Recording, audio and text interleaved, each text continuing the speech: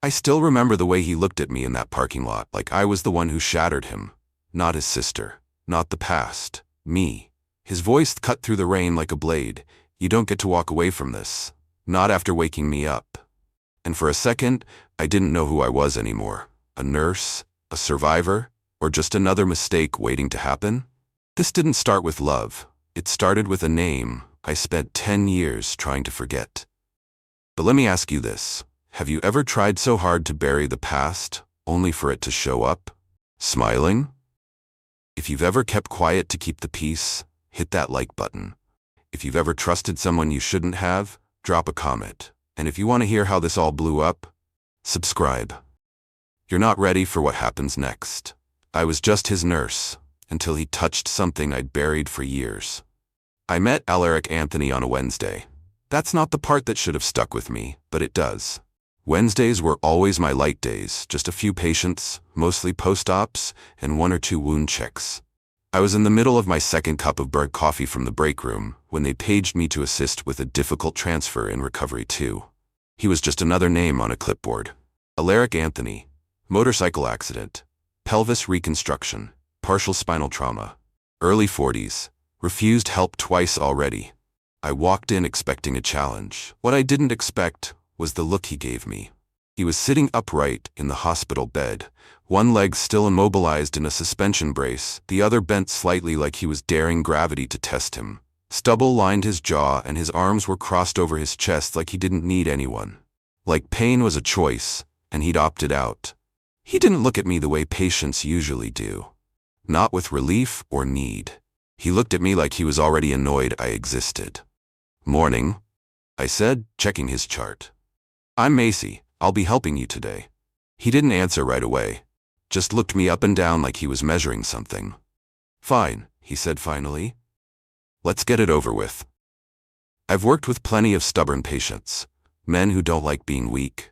Women who don't like being touched. Teenagers who think they'll never walk again. But there was something different about him. Like he'd been betrayed by comfort before, and wasn't going to let it happen again. I reached for the gait belt to assist him to the walker. "I'll help you shift to the side, just lean into me." He flinched. "I can do it myself." I nodded like that didn't sting. "All right, but I'm right here if you lose your balance." He swung his leg out, breathing hard through his nose. His hand reached out toward the rail, missed it, and before I could even think, his weight dipped toward me. I caught him. My arms went around his torso, bracing him gently but firmly. His hand landed on my lower back. At first I thought nothing of it, just muscle memory, balance, instinct. But then, it stayed. Not heavy, not forceful, just present. Like he needed to feel something real and wasn't sure if he was allowed. I felt my breath stutter, not from fear, but from something deeper. Something cold, familiar. That's when it hit me. It had been 10 years since someone touched me like that. Not with desire, but with need. And I didn't know how to feel about it. I pulled back. "Let's take a break," I said quickly, helping him back to the bed. "You've made progress, but your BP's climbing." He didn't argue, just nodded, letting me guide him back. But his hand lingered on my wrist for a second longer than it needed to. And when he let go, I could still feel the warmth there.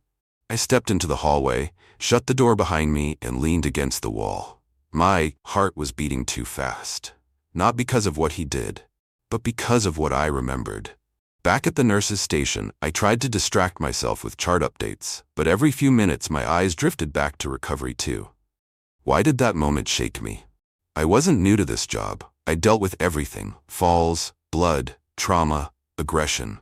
I'd handled patients in full code collapse, I'd comforted mothers after miscarriage, I'd scrubbed vomit off my shoes during 15-hour shifts. But one light touch from a man I didn't know, and I was rattled. I told myself it was nothing, just a weird moment, a tired patient, a shift of balance, nothing more. But when I walked past his room on my way to the supply closet, I saw him watching me, not in a creepy way, not even in a flirtatious way, just curious, like he was trying to figure out what I was hiding. That night, I went home and sat on the edge of my bed longer than usual. I looked at the framed picture on my nightstand, the one I never flipped over. The man in the photo had a soft smile and a hand resting on my waist, my ex-husband, and beside him, her. A woman with deep-set eyes, flawless skin, and the kind of laugh that made people lean in. Ariella Knox. I turned the frame down. Same way I did every night. Same way I'd buried that part of my life 10 years ago. But something about Alaric's hand on my back that day. It had pulled something up from under the dirt. And that something wasn't done with me yet. Have you ever buried something so deep that you forgot how much it hurt until someone brushed against it? Tap like if you know that feeling. Drop a comment if you've ever met someone who woke up a version of you thought was long gone. Subscribe, because this story is only getting started. The next morning, I avoided recovery too like it had teeth. I took on extra vitals, volunteered for paperwork, even switched rooms with Shonda just to dodge Alaric's wing. I told myself it was about professionalism, boundaries. But if I was being honest, I just didn't want to feel that pull again. It's dangerous when someone sees through you too quickly, especially someone who doesn't know they're looking at old wreckage. But my avoidance plan didn't last long. At exactly 10:17 a.m., I got buzzed on my tablet. Patient Anthony has requested Nurse Macy for post-therapy assistance, per PT order. Requested. I stared at the screen like it had slapped me. No one ever requested me, unless they were about to throw up or needed extra crackers with their meds. But Alaric? What did he want from me? I took the long way to his room, pausing at the water station, pretending to organize the gloves at the wall dispenser. My hands were cold. I hated that I was nervous. I hated that I felt anything at all. I finally knocked once and stepped in. He was already sitting up, his legs over the edge of the bed, a fresh wrap on his left knee. His hair was wet, he'd clearly managed a shower with help, and his eyes tracked me as I walked in. "You're late," he said. "I wasn't aware I was on your clock," I replied, keeping my tone light. He smirked, just barely. "Wasn't sure you'd show." I walked over and started checking his monitors. "Why wouldn't I?" "I figured I scared you off," he said, voice lower now. "Or maybe I reminded you of someone." That stopped me cold. I looked up from the screen. "Excuse me?" He didn't backpedal, just held my gaze like he was trying to read a confession off my face. "You looked like you saw a ghost yesterday," he said. "Maybe I was it." I cleared my throat, trying to keep it professional. "Let's focus on your mobility." But he didn't drop it. "Do you know Ariella Knox?" he asked casually, as I bent down to adjust his ankle support. The name hit me like a punch to the ribs. I nearly dropped the cuff. I stayed frozen for a beat too long. Then I stood up slowly, pretending to straighten the bed rail. "What makes you bring up that name?" He shrugged, like it was no big deal. "She's my sister. Haven't seen her in a while. She reached out last week, said she wanted to talk again. Said she was sorry." He rolled the word like it tasted bad in his mouth. And me? I was trying not to throw up. I hadn't heard Ariella's name spoken out loud in a decade. I'd erased her from everything. My phone, my old social media, my family group chat. She wasn't just my ex's mistress. She was the reason I stopped trusting women who smiled too easily. She was the storm that blew through my marriage and left me standing in the wreckage. And now her brother was sitting 3 feet from me, asking about mobility. What were the odds? No. Scratch that. This wasn't odds. This was something else. A loop, a trap, a lesson, and I was smack in the middle of it. I forced a breath. "I used to know her." Alaric raised an eyebrow. "Yeah?" "Yeah, a long time ago." "That's so," he said, studying me now like he'd felt the shift in my energy. "You don't talk like it was a good memory." "It wasn't." He nodded slowly. "Me neither." For a second, something passed between us. Not friendship, not flirtation, recognition. 2 people orbiting the same damage. I tried to snap out of it. "You ready for your chair transfer?" He didn't answer right away, just said quietly, "She said she hurt someone once. Really bad. Said she never told me the full story." I adjusted the brake on the wheelchair, not looking at him. People usually don't. "Do you think people like her ever change?" he asked. I didn't mean to answer. I didn't even realize I had. "No," I whispered. "They just get better at hiding the knife." That afternoon, I sat in my car on my lunch break, windows rolled up, the air too still. I pulled out the little velvet pouch from my glove compartment. I hadn't opened it in years. Inside was a folded piece of paper, yellowed at the edges, my divorce letter, still unsigned. I kept it, not for closure, but because some wounds deserve to rot out loud. And underneath it, a photo, torn straight down the middle. My ex on one side, Ariella on the other. I used to think burning it would free me. Now I realized I'd just been keeping it on life support. Later that night, as I was getting ready for bed, my tablet buzzed with an end-of-shift notice. Note, patient Anthony has once again requested Nurse Macy for morning rounds. Twice. 2 requests in 2 days. I stood at my sink, brushing my teeth, staring at my tired reflection. I didn't want to see her. The woman who still hadn't forgiven herself for trusting the wrong people. But I saw her anyway. Have you ever had someone from your past show up without showing their face? Like the past wearing someone else's body, but speaking the same old words? Drop a hat if you've ever had to pretend you were fine around someone who reminded you how you broke. Subscribe, because next time, I walk straight into the storm I ran from. I told myself I wasn't going to look for him, that I'd do my rounds like normal, check my vitals, clock in and out, and not give any extra energy to a man who stirred ghosts I'd worked so damn hard to silence. But the minute I stepped onto the 3rd floor, my eyes went straight to his room. He was already awake, sitting upright, staring out the window like he hadn't slept. His hands were clasped tightly in his lap, jaw clenched like he was bracing himself for something. I hesitated outside the door, hand resting on the knob, telling myself this was just work. Just another patient, just another shift. But when I finally stepped inside, he turned toward me like he'd been waiting all morning. "Morning," I said, forcing a smile. "Physical therapy gave you hell?" His lips quirked up just slightly. She said I was stiff. I walked in, careful not to meet his eyes for too long. "She say anything about your progress?" "Yeah," he said I needed to let people help me. My hand slowed as I adjusted his IV line.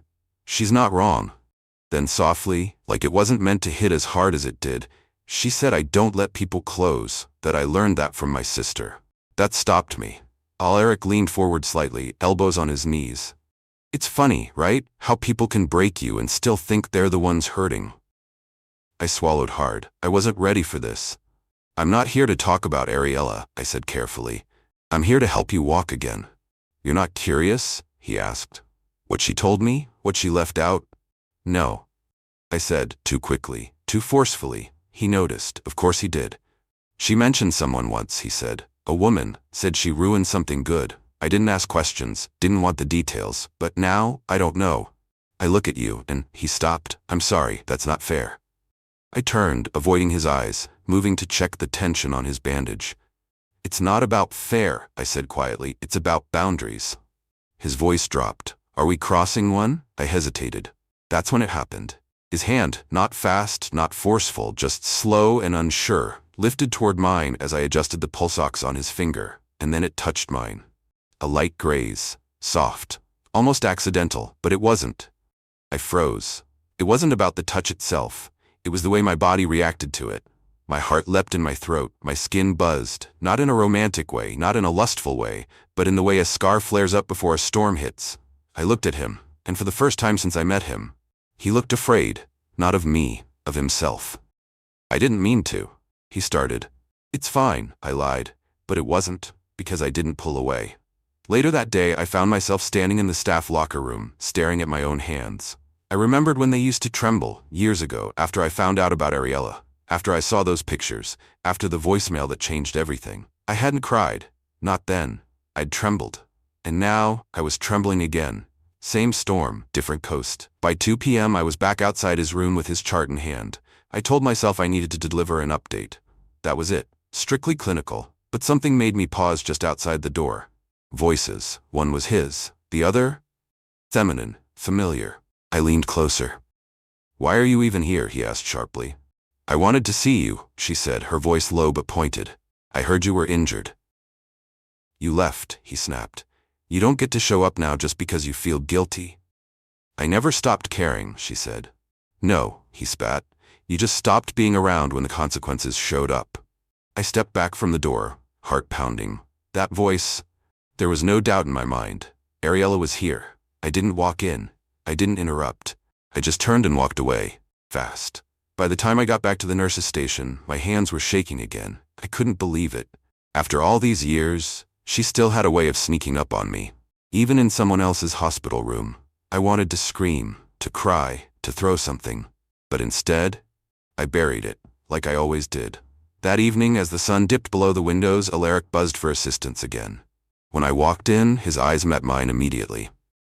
"She asked about you," he said quietly. I didn't respond. "She said, you used to be married to someone named Drew." "That true?" I stayed silent. "Then she said you were fragile." That made me laugh. A bitter, dry thing that didn't feel like humor. "Is that what she calls it now?" I said. "Fragile?" He nodded slowly. "She didn't tell me it was you until after she left. I think she wanted to see how I'd react. And I wanted to punch a wall," he said, "and I haven't felt strong enough to even lift a crutch." We sat in silence. Then I said, barely above a whisper, "You're not the one who needs to apologize." "I know," he said, "but I might be the only one who sees how much you're still bleeding." Have you ever had someone see the cracks in you and not run? Tap if you've ever been caught between who hurt you and who's trying to understand you. Drop a comment if you've ever touched something that felt like fire but kept your hand there anyway. Subscribe, because what's coming next? It changes everything. The day after Ariella showed up, I came into work half dreading, half hoping I wouldn't be assigned to him. I needed distance. But the universe, or maybe just the staffing board, had other plans.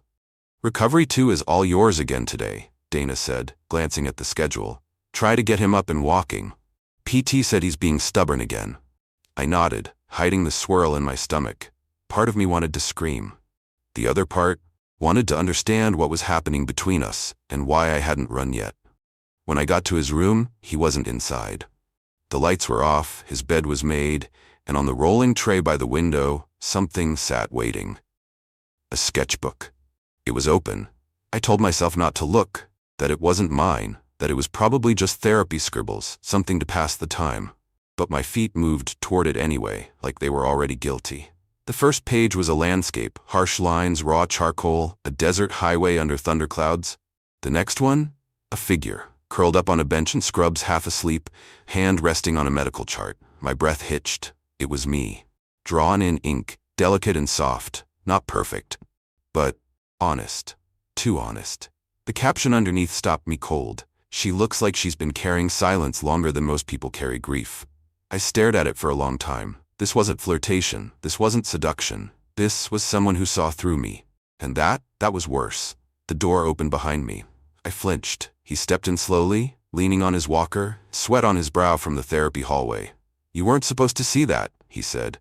"Then why leave it open?" I asked. He smiled faintly. "Maybe I wanted to know if you'd recognize yourself." "I didn't," I whispered. "Not right away." He moved past me, sat on the edge of the bed. "Most people just see a nurse, but you walk like you're apologizing for existing."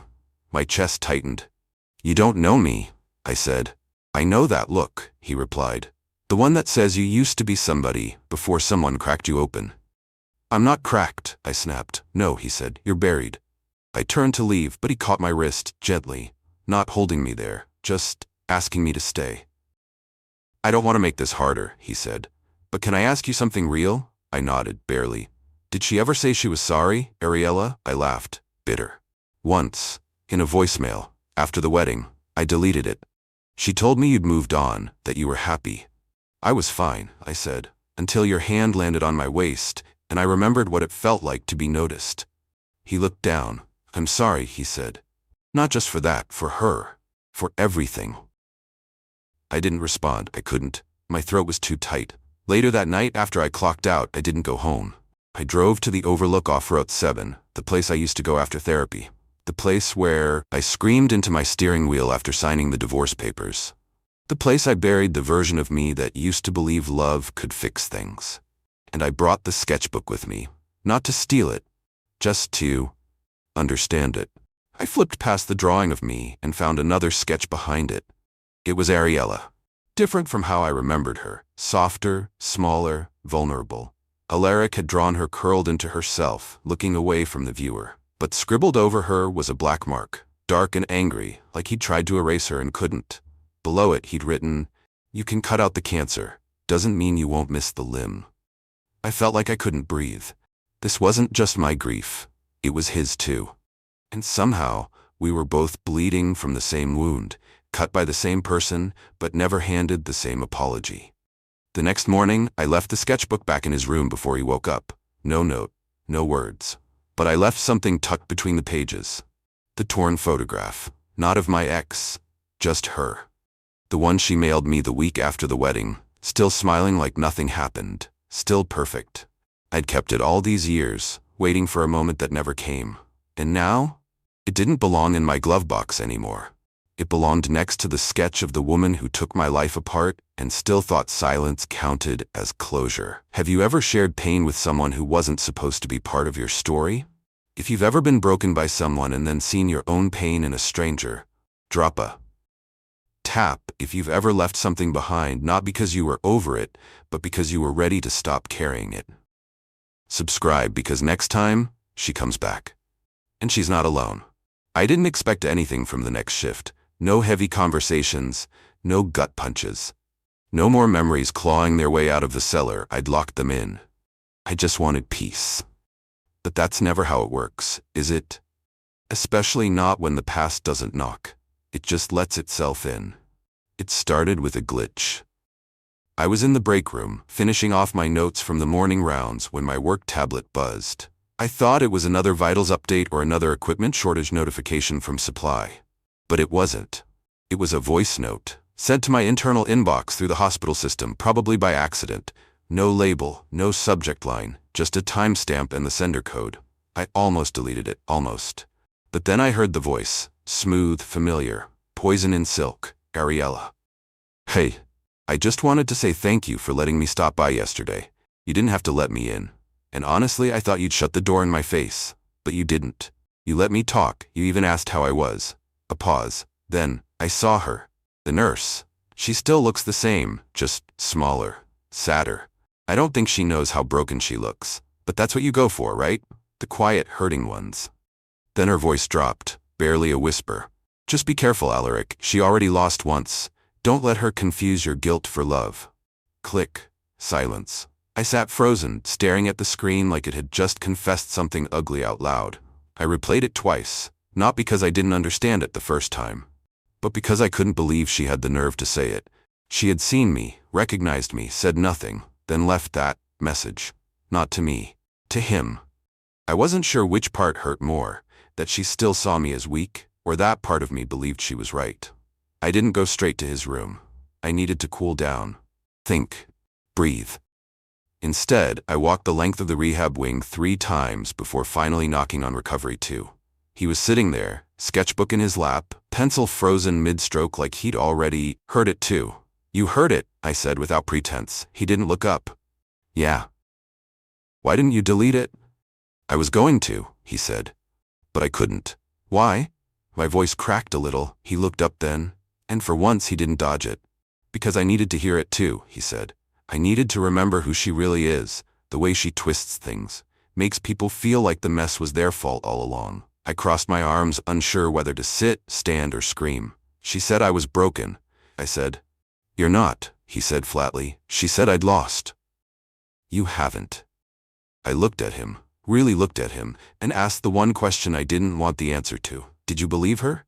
No, he said instantly. But I believed you might. That stopped me. Because he was right. It wasn't her words that reopened the wound. It was the echo. The part of me that still felt like the version of myself I left behind. The woman who stayed silent when her world collapsed. The one who let Ariella take her marriage, her voice, her peace, and said nothing. I can't do this, I whispered. Not again. You're not, he said. This isn't again, this is now. But it didn't feel like now. It felt like 2014, standing in the kitchen with a phone to my ear, hearing my husband say, I didn't mean to fall for her, like that made it less violent. It felt like the silence after, the friends who drifted, the pity stares, the rebuild that never quite stood up straight. And now I was back in front of the same storm in a different body, with the same eyes. I turned to leave. But just before I reached the door, he said something that stopped me cold. She's scared of you. I paused. What? Ariella, he said. She doesn't call people like you sad. Not unless she sees something in you she can't control. He stood, still shaky on the walker, but upright. She saw your power, and it threatened her memory of herself.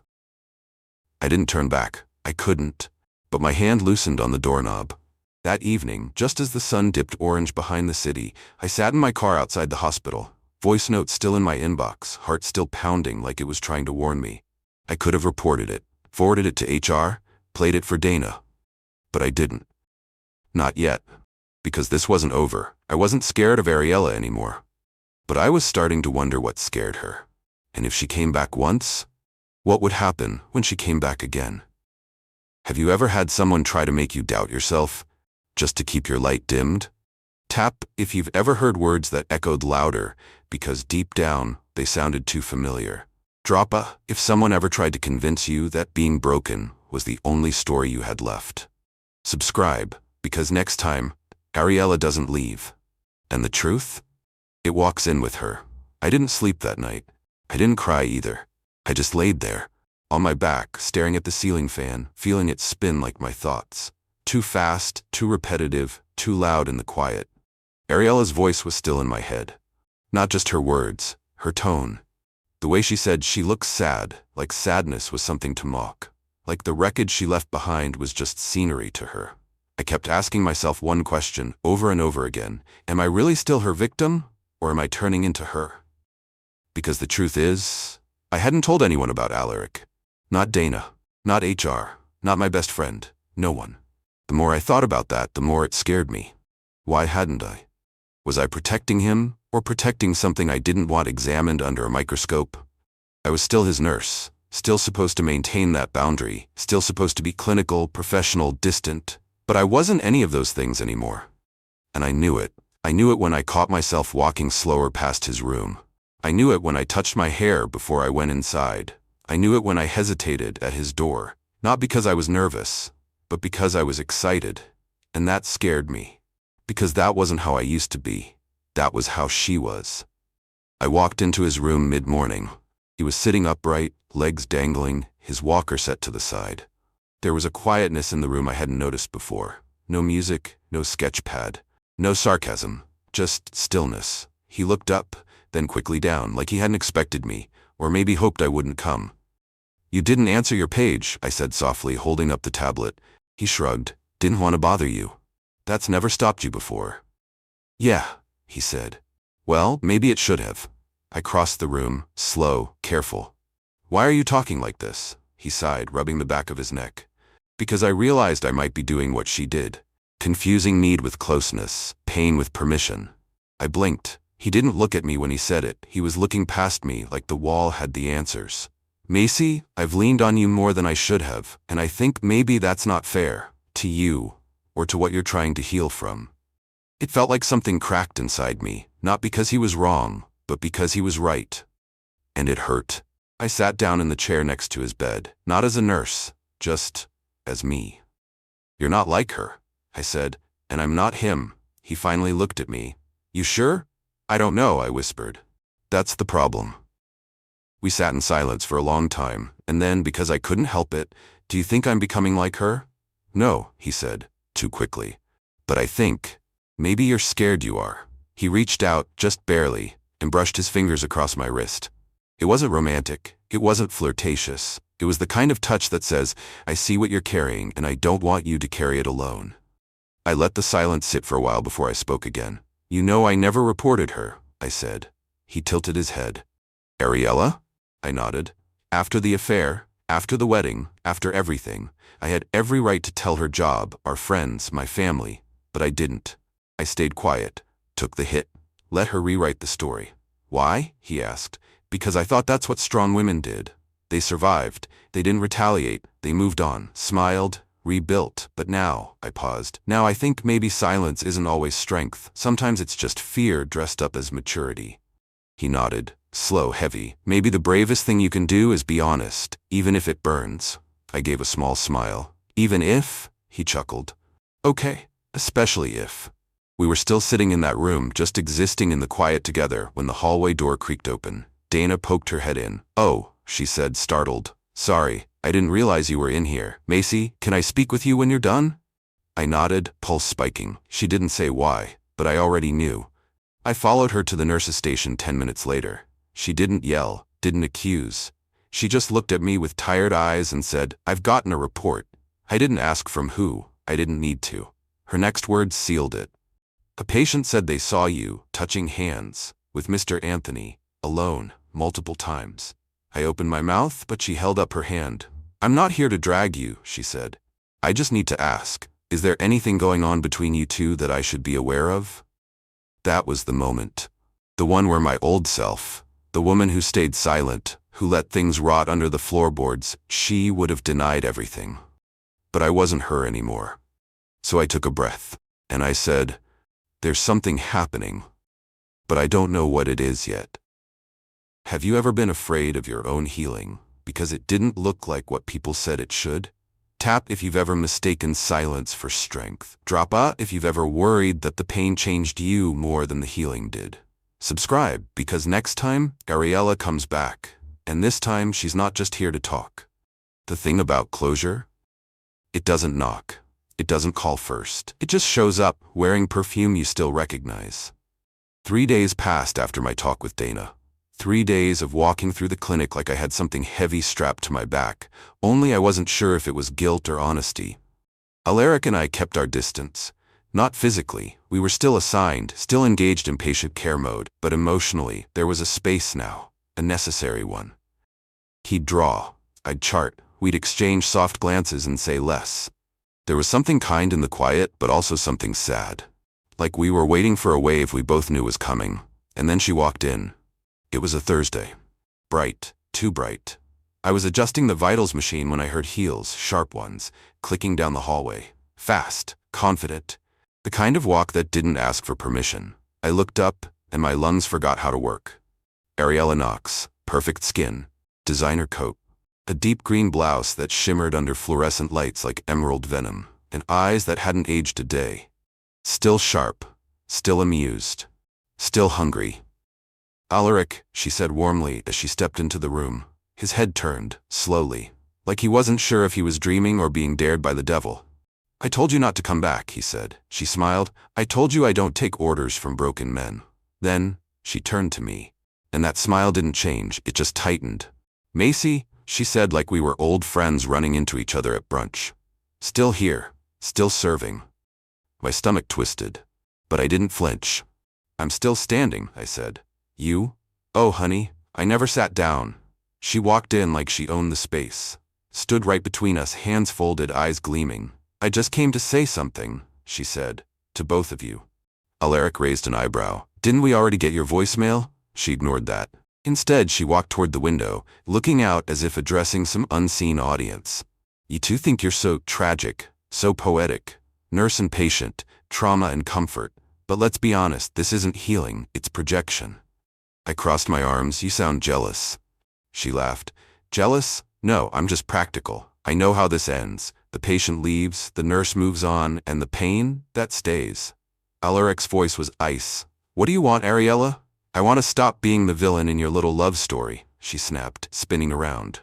I made a mistake 10 years ago. I took what wasn't mine. But let's not pretend your marriage was perfect, Macy. He came to me.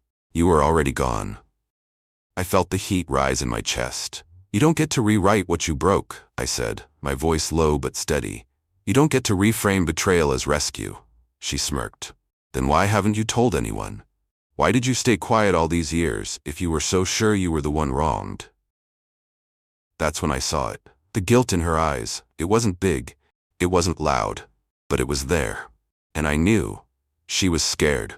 Scared that for once, her words weren't the ones people believed. Scared that her power didn't land the way it used to. I didn't tell anyone, I said, because I didn't need to ruin your life to heal mine. But maybe I should have. She laughed, but her shoulders stiffened. You think this is healing? Falling for my brother? Letting him fill the space your ex left? Alaric stood now, wobbly but solid. She didn't fall for me. She saw me, the way no one else has in years. And guess what, Ariella? She didn't need to take anything from anyone to do it. Ariella blinked. That cracked the surface, and then she said the one thing I wasn't prepared for. I'm pregnant. The room went silent. Even the machine seemed to pause. I stepped back. What? She looked directly at Alaric. 3 months. It's his, Drew's, my husband. The air thinned.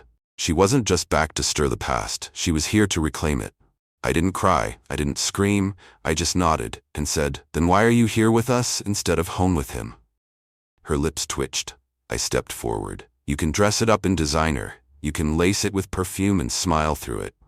But you came back here for one reason, Ariella, to see if I still looked broken. I met her eyes. Sorry to disappoint you, and then I walked out. I made it to the hallway before I felt the tears sting. But I didn't let them fall. I didn't need to. Because for the first time in 10 years, I wasn't crying over her. I was just letting go. Have you ever faced the person who broke you, only to realize they didn't have power anymore? Drop a @ if you've ever walked away from something that once had a grip on your soul. Tap tat if you've ever outgrown your silence. Subscribe, because the final chapter? It's not about her. It's about what I choose next. I didn't go back to his room right away. I walked, the long way, through corridors lined with beeping monitors and empty wheelchairs and walls that had seen more pain than most churches. The hospital had always been a place of survival to me. Clean, safe, predictable. But now it felt like the one place I had finally allowed myself to feel everything. When I got home that night, I sat on the floor. Not the couch, not the bed, the floor. It felt grounding, humbling, like I was back at the beginning of something, not the end. I took off the bracelet I'd worn for years, the one from my ex. The one I hadn't taken off, not because it meant anything anymore, but because it reminded me that I'd once loved blindly and paid the price. I stared at it, then dropped it in the trash. Not in rage, just peace. The next morning, I got to work early. The air was still cool in the halls. Nurses were just arriving. Coffee brewing in the break room. Nothing looked different. But I did, not on the outside, but inside. I finally felt untethered. When I reached Alaric's room, the bed was empty. My heart stuttered. Had they transferred him? Was he discharged? But then I saw the envelope, sitting on the nightstand with my name written across the front in black ink.